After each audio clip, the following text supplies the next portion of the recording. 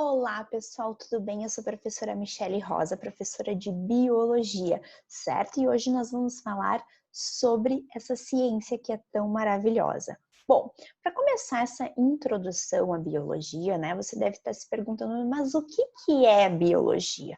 A palavra biologia, ela significa o estudo da vida. Então, em biologia, nós vamos estudar tudo que tem vida. Isso mesmo. Se nós estamos estudando biologia, nós vamos estar estudando a vida, compreender a vida, os processos que a vida tem na natureza, né? Os processos vitais, certo? Então, vocês vão estar estudando em biologia uma planta, um animal, né? Um fungo, uma bactéria, tudo que tem vida.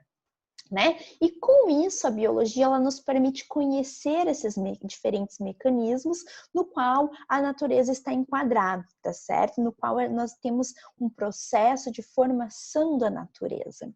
Bom, para compreender a biologia, né, como eu mencionei para vocês, é o estudo da vida. Então, nós precisamos compreender o que é essa vida, né? Como nós caracterizamos um ser vivo, né? E para caracterizar o ser vivo, nós vamos ter algumas etapas. E uma das principais é a organização celular. O que seria essa organização celular? Todos os seres vivos, eles possuem célula. Todo ser vivo possui uma célula. Seja ele um ser de apenas uma única célula, no qual nós chamamos de unicelular, ou um ser formado por 2, 3 trilhões de células, no qual nós chamamos de pluricelular. Todos os seres vivos possuem células. Essas células, nós podemos classificar elas basicamente no tipo procariota, que também é chamado de procarionte, que é uma célula sem núcleo diferenciado, é uma célula de uma bactéria, né, onde as organelas citoplasmáticas serão mais simples, só vai ter uma, né? E nós também temos as células eucariota, também chamadas de células eucariontes. Essas já vão ter presença de um núcleo definido, né, por uma membrana nuclear denominada carioteca. Ela também vai ter presença de várias organelas, né, organelas membranosas, cada uma com uma determinada função. Então é uma célula muito mais complexa. Bom, esses seres vivos, eles vão ter também a capacidade de realizar a respiração. E essa respiração, ela ocorre de duas formas.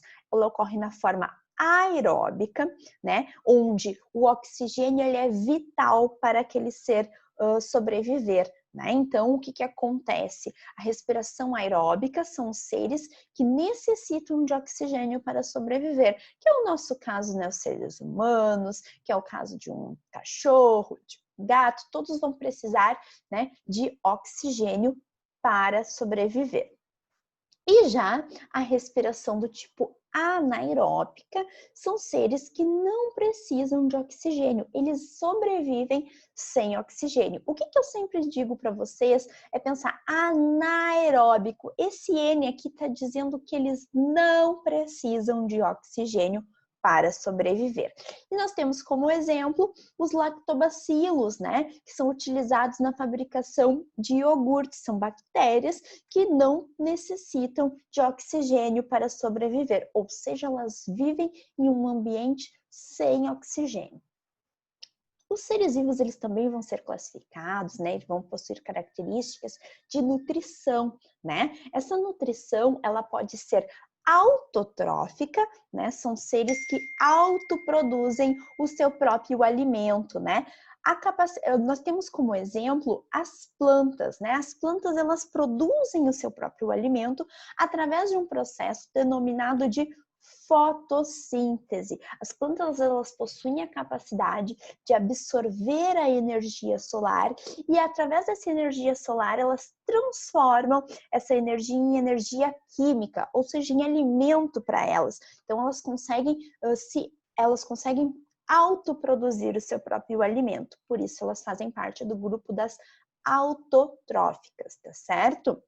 Mas também existem seres que são heterotróficos, que é o nosso caso, o caso dos seres humanos. São seres que não possuem a capacidade de produzir o seu próprio alimento, ou seja, nós precisamos pegar uma matéria-prima e então nos alimentar. Mas, prof, como assim eu não consigo produzir meu próprio alimento? Se eu planto, ok, mas se você faz uma plantação, você precisa de uma semente, né, para semear essa semente e então você ter o alimento. Você não consegue autoproduzir esse alimento, certo? Então, por isso que nós mencionamos que os seres humanos não possuem a capacidade de produzir seu próprio alimento. Ele sempre vai precisar de uma matéria-prima para então consumi-la e aí sim o seu organismo absorver os nutrientes necessários, certo? Então, nós somos heterotróficos, não possuímos a capacidade de produzir o nosso próprio alimento. Existem também, uma das características é o crescimento e a reprodução, né? Todos os seres, eles vão crescer, eles vão desenvolver ao longo da vida, né? Existem seres que vão passar por metamorfoses e existem seres que vão apenas crescer, desenvolver, né? Como nós seres humanos, que nascemos pequeninos e vamos desenvolvendo, vamos crescendo aí até a fase adulta. A reprodução, né, ela pode ocorrer de duas formas, que é uma característica também, né, dos seres vivos. Essa característica ela é comum a todas as espécies. Todas as espécies possuem a capacidade de se reproduzir, né, ou seja, de deixar descendentes.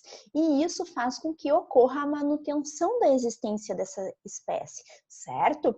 Essa reprodução, ela pode ocorrer tanto de uma forma sexuada, né, ou seja, onde nós vamos ter a presença de gametas, né? No caso dos seres humanos aqui a gente pode falar esse gameta masculino, os espermatozoides, e o gameta feminino, o óvulo, né?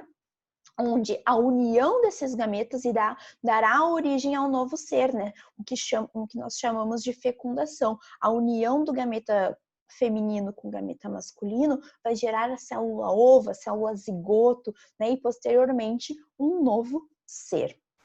Então, a reprodução sexuada é uma reprodução com presença de gametas.